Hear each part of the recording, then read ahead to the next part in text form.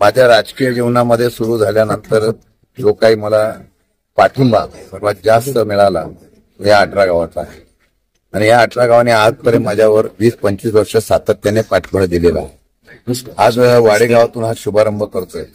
चांगला प्रतिसाद आहे. लोकांच्या मनामध्ये उठाव आहे. शेतात तरुणांच्या मधला उठाव आहे आणि वातावरण हळूहळू बदलायला फार लागलेलं आहे. आणि मला वाटतं की निकाल चांगला लागेल, महाविकास आघाडीचा लागेल आणि उमेदवार माझ्या जनता निवडून देण्याचा प्रयत्न जनता करेल. विशेषतः आज तुम्ही जर बघितलं असेल तर सदाभाऊ सपकाळ असतील, हैबतराव नलावडे असतील किंवा मधुनाना असतील, आमच्या मेघाताई असतील किंवा दत्ताजी, सगळी मंडळी, सर्व पक्षाची मंडळी एकत्र येऊन जीवाभावाने आम्ही काम करतोय. आणि सर्वांचा एकजुटीचा फायदा, तर मागच्या वेळेस शिवसेनेची निर्णायक मतं होती, काँग्रेसची निर्णायक मतं होती, या सगळ्यांची बेरीज झाली तर निवडणूक चांगली होईल असं मला विश्वास आहे. साहेब, काल उदय सामंत कोरेगावमध्ये होते आणि त्यांनी तुमच्यावर टीका केली आहे. 1 नंबरचा उमेदवार आमचा आहे आणि 2 नंबरचा उमेदवार तुमच्यावर अशी टीका केली. हे 2 नंबर करणारे आहेत म्हणून 2 नंबरचा आहे. उदय सामंत माझे मित्र आहे. मला वाटतं आम्ही पक्षामध्ये काम केलेलं आहे. त्यांचा नाईलाज आहे. मनामध्ये त्यांच्या आणि ओटावर हे वेगळं आहे. त्यांना माहिती आहे की त्यांना 5 वर्षात किती जास्त त्रास, सर्वात जास्त मुख्यमंत्र्यापासून सर्वांना सर्वात जास्त त्रास कोणाचा झाला असेल या लोकमध्ये महिलेला. राहिले 2 नंबरचा विषय, मी काय त्यांच्यावर बोलणार नाही, पण मी एकच सांगतो, 2.5 वर्षात कोणी 2 नंबरचं काय काय केलं हे जर काढायचं झालं तर सगळ्यात आता मी काढू शकतो. अगदी MIDCला सुद्धा काढू शकतो. त्यांच्या नावाचा चुकीचा वापर केला असं तुमच्याकडून त्यांच्या नावाचा चुकीचा वापर केला असं कोणाच्या नावाचा उपयोग करत नाही. कामाचा विकास काम कोणाच्याही नावाचा उपयोग करत नाही. मी फक्त शरद पवारांच्या नावाचा उपयोग करतो. त्यांनी मला जे काही सहकार्य करायची भूमिका केली किंवा आश्वासन दिलं, खोटं बोलू नये त्यांनी. मी विधिमंडळातलं त्यांना फक्त प्रोसिडिंग दाखले. मी सभागृहामध्ये विषय मांडला होता आणि सभागृहामध्ये शिक्के उठवा म्हणून सांगितलं नेरते. मी सभागृहामध्ये सांगितलं देगावचे शिक्के उठवावे. त्यांनी मला लेखी आश्वासन दिलं. त्यांनी मला उपयोग त्यांचा चुकीचा केला नाही. त्यांनी मला आश्वासन दिलं आणि त्यांनी आश्वासन पाळलं नव्हतं. आश्वासन समितीमध्ये मी हक्कभंग टाकला होता. त्यामुळे त्यांना माहिती आहे 25 वर्ष मी विधिमंडळाच्या राजकारणात आहे. समोर असलेल्या माणसांना कोणाला आदर ठेवायचा आणि कोणाला अंगावर घेऊ नये एवढे उदय सामंत मंत्री म्हणून मला वाटतं हुशार आहेत. आणि त्यांनी मला दिलेल्या आश्वासनाची त्यांनी पूर्तता केली. ठीक आहे, आमदारांनी सांगितलं तर तुम्ही याच्याबद्दल माझं श्रेय मला द्या. आमदार कुठेही श्रेय घेण्याचा प्रयत्न करतो. फक्त एकच मला सांगावंसं वाटतं, मी कुठेही त्यांच्या नावाचा गैरवापर केलेला नाही आणि मला त्याची गरज भासत नाही.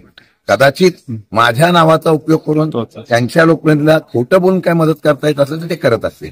उदय पवारांनी अजून एक टीका केली आहे की सीमाला पराभूत होण्याचा अनुभव जास्त आहे, सारखं पराभूत होता.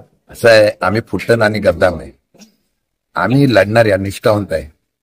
हार जीत मी आयुष्यात कधी विचारच केला नाही. त्यामुळे मी सारखा लढतो याचा अर्थ की निष्ठावंत लढायला उभा राहतो.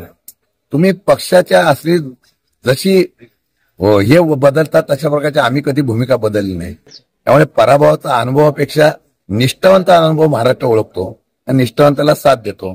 लढण्याचा कोणी प्रयत्न करत जातो, जो लढतो तो जिंकतो किंवा पराभूत होतो. फक्त एवढंच आहे की 2.5 वर्षात तुमच्याकडे फार मोठं निवडून येण्याचं साधन आलेलं असल्यामुळे तुम्हाला पराभवाची भीती नसेल.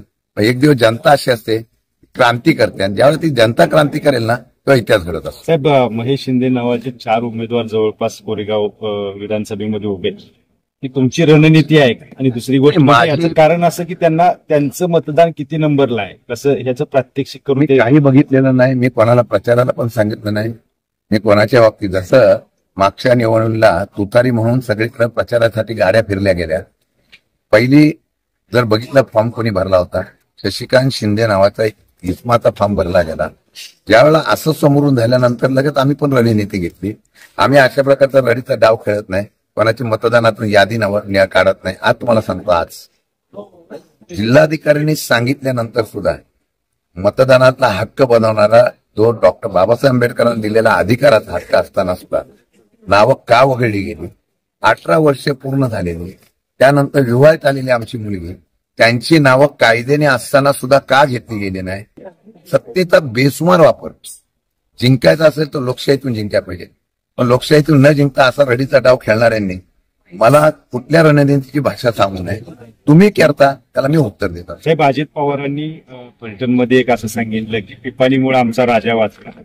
हे हे विधान पहिल्यांदाच मान्य केलेलं एका कुठल्या तरी अजितदादा खरं बोलणारे नेते आहे. ते कधी खोटं बोलत नसतात. ते खरं बोलले आणि वस्तुस्थिती आहे की त्यावेळेला 38,000 मतं त्यांना पडली, 32,000 मी पराभूत झालो आणि त्यांनी सांगितलं ही खरी गोष्ट आहे की त्यामुळे राजा वाचला असेल. पण जनतेचा कौल, काही लोक म्हणतात की पवार साहेबांचा बालेकिल्ला राहणार आहे का? बालेकिल्ला सगळे गेल्यानंतर सुद्धा जिल्ह्यातले मोठमोठे नेते सगळे गेले महायुतीमध्ये, तरी सुद्धा जनता होती. म्हणून शशिकांत शिंदे 5.5 लाखाच्या वरती मतदान घेऊ शकलो. हे पवार साहेबांचीच करिश्मा आणि महाविकास आघाडी. साहेब, एक वेगळा प्रश्न आहे की पाठिंबा वेगवेगळ्या लोकांचा भेटतोय, त्यामध्ये काही धक्कादायक पाठिंबे पण आहेत. यामध्ये शालीनताईंचा पण विषय निघतोय समोर. मी खरं सांगतो, 10 वर्षामध्ये मी कधी शालीनताईंना कधी भेटलो नाही. माझे तत्व आहे. मी ज्या पक्षाची आहे, माझ्या नेत्याबरोबर आहे, तिथं प्रामाणिक असतो. मी अशा प्रकारचा स्वार्थासाठी कधी उपयोग केला नाही. मला त्यांनी स्वतःहून, त्या स्वाभिमानी आहे, त्यांना माहिती आहे, त्यांनी स्वतःहून मला पाठिंबा जाहीर करण्याची पाठिंबा दिलेला आहे. मी त्याचं स्वागत करतो. मी त्याचा राजकीय फायदा घेणार नाही, एवढा कमी उंचीचा नाही. परंतु राजकीय फायदा घेणाऱ्यांनी मागच्या वेळा त्यांचा वापर केला अशी त्यांची भावना झाली. त्या स्वाभिमानी आहेत, त्यांनी सांगितलं.